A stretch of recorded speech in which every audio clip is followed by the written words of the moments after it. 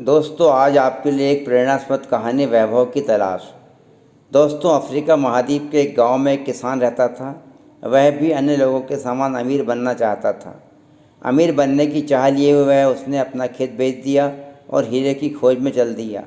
लेकिन दर दर भटकने के बाद भी उसे कहीं भी हीरे मोती की जानकारी नहीं मिली। वह लगातार प्रयास कर रहा था, लेकिन सफलता नहीं मिल रही थी। वह इतना दुखी हो गया कि उसे अपना जीवन निरर्थक लगने लगा। एक दिन उसने नदी में कूदकर अपना जीवन समाप्त कर लिया।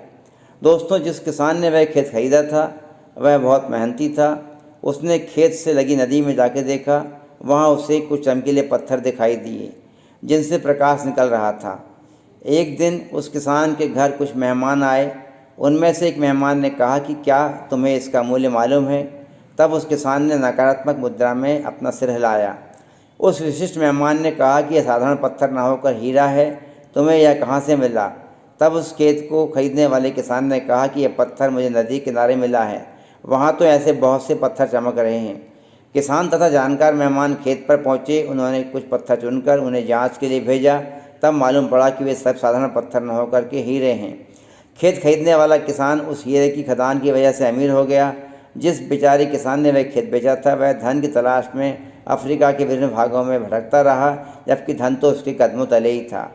कहानी शिक्षा। दोस्तों, हम भी धन, वैभव, सुख संपदा की तलाश में दर दर भटकते रहते हैं, जबकि वह हमारे आसपास ही होता है। हमें धैर्य, बुद्धिमानी के अवसर को पहचानना चाहिए, जिससे सफलता मिलने में देर हो सकती है पर अंधेर नहीं होगा।